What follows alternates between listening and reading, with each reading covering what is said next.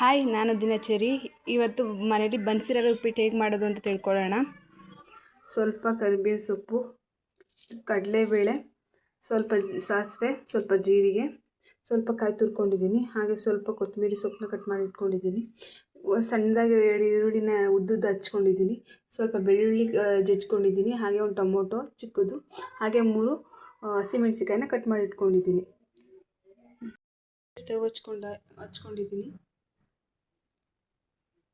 ಈಗ ಇದಕ್ಕೆ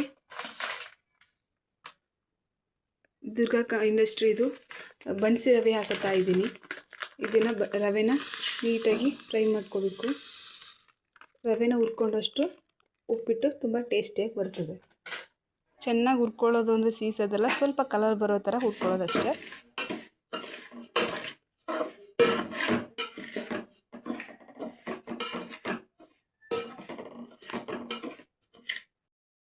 ಇವಾಗ ರವೆ ಫ್ರೈ ಆಗಿದೆ.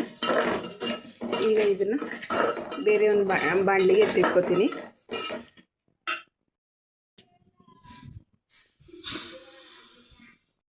ಹಾಕೋತಾ ಇದ್ದೀನಿ.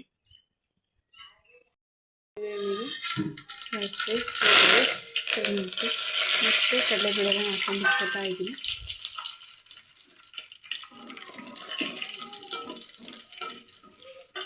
ಈಗ ಅದಕ್ಕೆ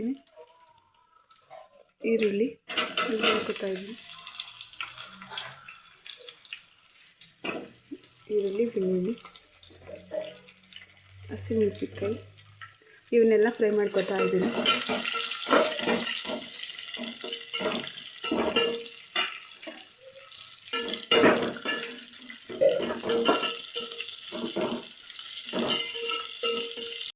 ಅದಕ್ಕೆ ಟೊಮೊಟೊ ಹಾಕ್ತಾ ಇದ್ದೀನಿ.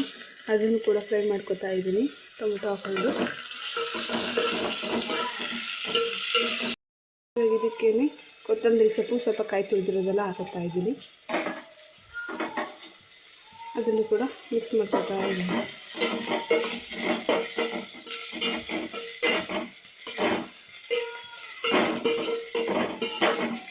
ಎಲ್ಲರ ಮನೆಯಾಗೆ ನಮ್ಮನೇಲಿ ಉಪ್ಪಿಟ್ಟು ತಿನ್ನೋದು ಇಷ್ಟಪಡೋದಿಲ್ಲ. ಆದರೆ ಬನ್ಸಿ ರವೆ ಉಪ್ಪಿಟ್ಟು ಅಂದರೆ ಸ್ವಲ್ಪ ತಿನ್ನೋಕೆ ಇಷ್ಟಪಡ್ತಾರೆ. ಹಾಗಾಗಿ ಮಾಡ್ತಾಯಿದ್ದೀನಿ. ಒಂದು ದೊಡ್ಡ ಲೋಟ ನೀರು ಹಾಕೋತಾ ಇದ್ದೀನಿ. ನಾನು ಎರಡು ಜನಕ್ಕಾಗಷ್ಟು ಮಾಡ್ತಾಯಿದ್ದೀನಿ ಅಷ್ಟೇ. ಹಾಗಾಗಿ ನಿಮ್ಗೆ ಎಷ್ಟು ಬೇಕಷ್ಟು ನೋಡಿ ನೀರು ಹಾಕ್ಕೊಳ್ಳಿ. ಸ್ವಲ್ಪ ರುಚಿ ಹಾಕ್ಕೊಂಡಿದ್ದೀನಿ. ಇವಾಗ ರವೆ ಹಾಕ್ಕೊಂಡು ಅದನ್ನು ಮಿಕ್ಸ್ ಮಾಡ್ಕೊತಾ ಇದ್ದೀನಿ. ಗಂಟೆ ಇಲ್ಲದೆ ಇರೋ ಹಾಗೆ ಮಿಕ್ಸ್ ಮಾಡ್ಕೋಬೇಕು.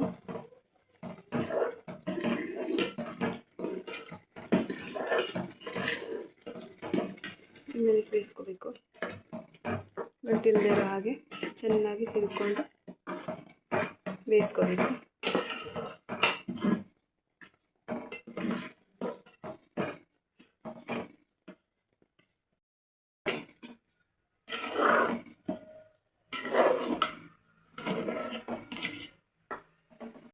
ಮಾಡಿ ಮುಚ್ಚುತ್ತಾ ಇದ್ದೀನಿ.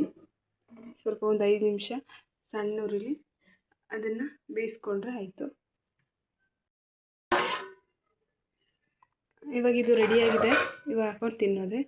ನೋಡಿ ಎಷ್ಟು ಚೆನ್ನಾಗಿ ಬಂದಿದೆ ಅಂತ. ತುಂಬ ಚೆನ್ನಾಗಿದೆ. ರುಚಿನೂ ಅಷ್ಟೇ ತುಂಬ ಚೆನ್ನಾಗಿರುತ್ತೆ.